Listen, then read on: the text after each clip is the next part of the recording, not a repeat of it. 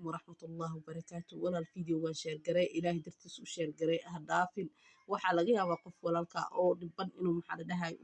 uu caawiyo fiidiyowgan uu ilaahay maxaa la dhahay oo anigan u noqdo risaalo qofkaas loo soo diray u noqdo walaal maxaa la dhahay ninkan u jeedaan waa nin saaxir ah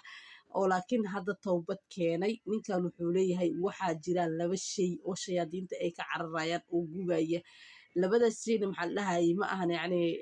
qur'aan waxay anfacayaan dadka aan qur-aanka akhrisan karin oo suurat albaqara aanan akhrisan karin dadka way kala yihiin dad ilaahay u saqira qur'aanka oo wax ku jiro ka awood badan iyo dad aanan awoodin soo maxaa la dhahay wuxuu leeyahay biyo qaboob qofkii markasta ku qabaysta waxa jirkiisa ku jiro waxaan ku dhahay way ka suulayaan مد لبعضنا محلها تاج الذكر وحاوى لا إله إلا الله وحده لا شريك له له الملك وله الحمد هو على كل شيء قدير قفكي أقرية وحول أو واحد جركي سكجرو أو يقبرايان لبدا الشيء هدي محلها قف سحرا آتهي داود هذا وايكو دال ولال